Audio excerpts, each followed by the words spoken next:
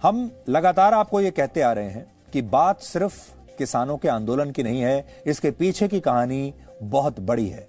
और ये बात हमने आपको पहले भी कही थी कि अगर सरकार ने किसान कानून, ये कृषि कानून वापस ले भी लिए तो भी ये आंदोलन अब समाप्त होने वाला नहीं है। और वही हो रहा है, ये आंदोलन अब समाप्त नहीं होगा, बल्कि अब इस आंदोलन को समाप्त करने के लिए और भी नई शर्तें जुड़ती चली जाएंगी।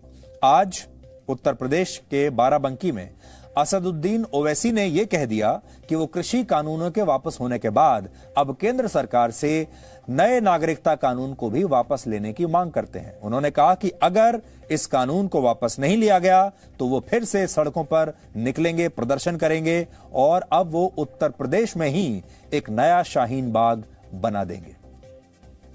बीजेपी को बताना चाहेंगे कि जिस तरह आपने किसानों के लिए ये 3 कानूनों को, कृषि कानूनों को वापस लिया, हम आपसे इस बात का डिमांड करते हैं कि CAA कानून को भी वापस लिया जाए।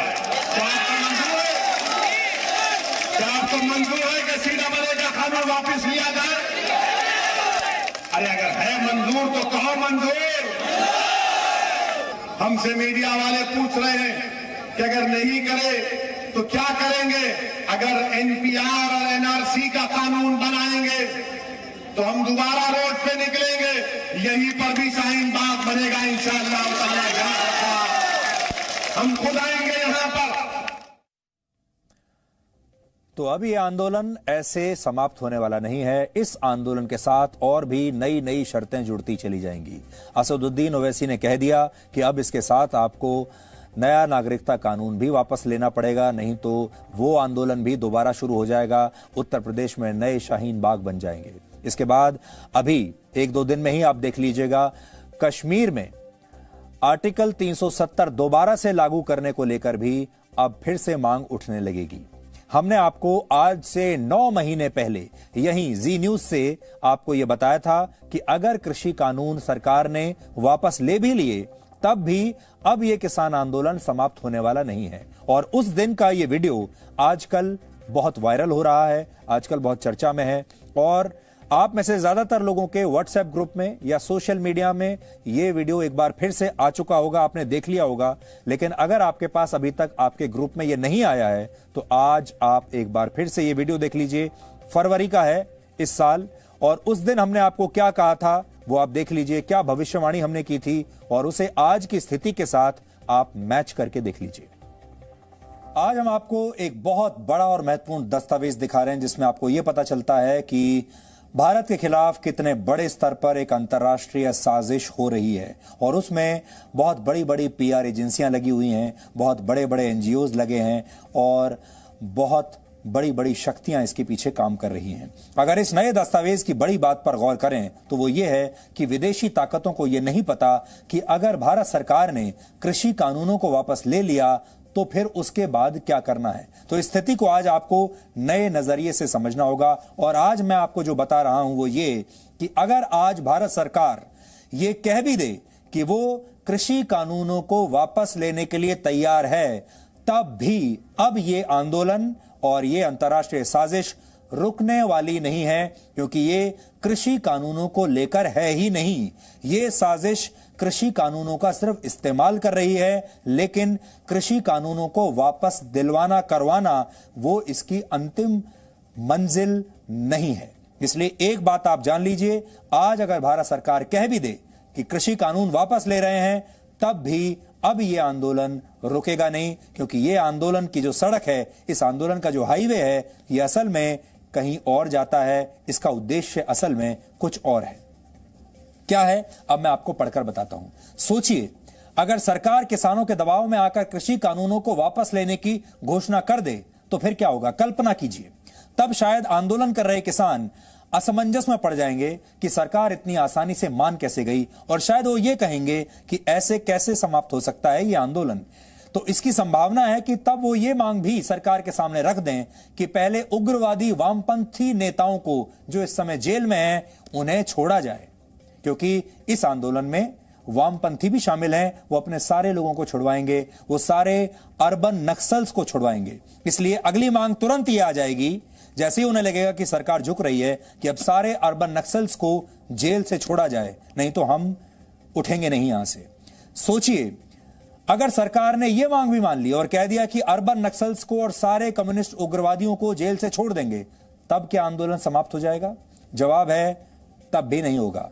तब आंदोलनकारी शायद सरकार के सामने यह मांग रखेंगे कि उसे नागरिकता संशोधन कानून भी अब रद्द करना होगा, यानी अब सीएए रद्द कीजिए, और सीएए के दौरान जो दिल्ली दंगे हुए थे और जिन लोगों पर मुकदमे चल रहे हैं, एक खास वर्ग के लोगों पर, अब वो सारे मुकदमे वापस लीजिए, सारी एफआईआर खत्म कीजिए और उन्हें जेल से रिहा कीजिए। अगली डिमांड तुरंत आ जाएगी।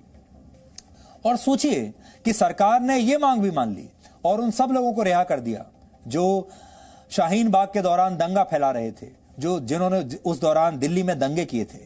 तब क्या आंदोलन खत्म हो जाएगा? जवाब है नहीं, तब भी नहीं होगा, इतनी आसानी से नहीं होगा।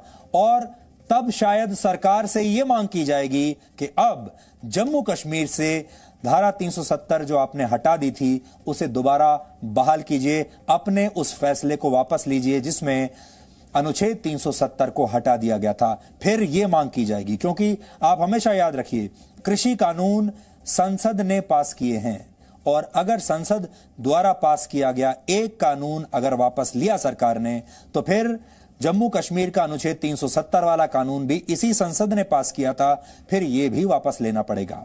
नया नागरिकता कानून वो भी इसी संसद ने पास किया था, वो भी वापस लेना पड़ेगा। यह आंदोलन ऐसे नहीं जाएगा, और हो सकता है कि फिर पूरे पंजाब को ही खालिस्तान घोषित करने तक यह आंदोलन चलता रहे, जब तक खालिस्तान बन न जाए। लेकिन एक बार फिर से सोच लीजिए, सरकार ने अगर ये सारी मांगे मान ली, तो फिर आपका क्या होगा, भारत का क्या होगा, इस देश का फिर क्या होगा? फिर भी आंदोलन खत्म नहीं होगा। फिर आंदोलन कर रहे लोग शायद ये मांग करेंगे कि जब तक ये मौजूदा सरकार की जगह देश में वापस कांग्रेस और विपक्षी दलों की सरकार नहीं बन जाती, अब तब तक यह आंदोलन चलता रहेगा। और आखिर में यह आंदोलन कहां पहुंचेगा? वो होगा जब तक मोदी का इस्तीफा नहीं हो जाता, तब तक यह आंदोलन ऐसे ही चलता रहेगा। तो जो फाइनल डेस्टिनेशन है इस आंदोलन की, वो है मोदी का सत्ता से हटना, मोदी का सत्ता से जाना, और इनके मनपसंद लोगों का सत्ता में वापस आना, ताकि जैसा ये चाहते हैं वैसा हो सके। सबके लोन माफ हो जाएं, सब पैसा बना सकें, भ्रष्टाचार की वापसी हो जाए, बड़ी बड़ी जो डील्स होती हैं, हथियारों की जो डील्स होती हैं, सब में सब बिचौलियों को वापस पैसा मिलना शुरू हो जाए, ये चाहते हैं। और हमारे जो डिजाइनर पत्रकार हैं, जो आजकल अदालतों के चक्कर काट रहे हैं, जिनकी दुकानें बंद हो गई हैं, जिनके रात में 9 बजे के शोज आजकल बंद हो गए हैं, उन सब की भी वापसी हो जाए, ये चाहते हैं ये लोग। इसलिए कृषि कानून वापस लेने से अगर आपको लगता है कि आंदोलन रुक जाएगा, तो आपकी बहुत बड़ी गलतफहमी है।